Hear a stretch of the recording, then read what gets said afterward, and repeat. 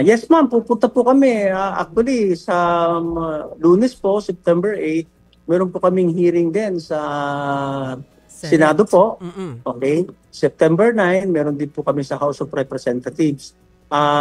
Sa September 8 po, pupunta po si Sir Curly Discaya kasi nakatanggap na rin po siya ng subpoena.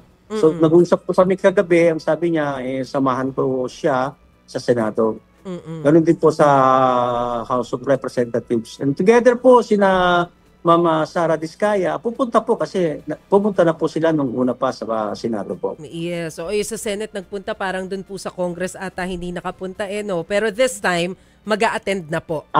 I-explain ko lang po bakit po hindi nakapunta Sige nung po, sa go ahead. Congress po nung nakaraan. Mm-mm. Kasi po may untoward incident po nang nangyari, may supervening event. Nagpunta po kasi doon ng Bureau of Customs. Yun po yung araw na unang punta po nila. So nagulat po sila bakit may mga search warrant. So natural course po na siyempre magulat po sila. Nag-react, bakit ganun? Pero yung 28 cars po, luxury cars, duly accounted po ng Bureau of Customs na ma'am. Nandun po sa garahe ng St. Gerard Corporation. Those cars were cordoned off, marked, and sealed by the Bureau of Customs personnel po.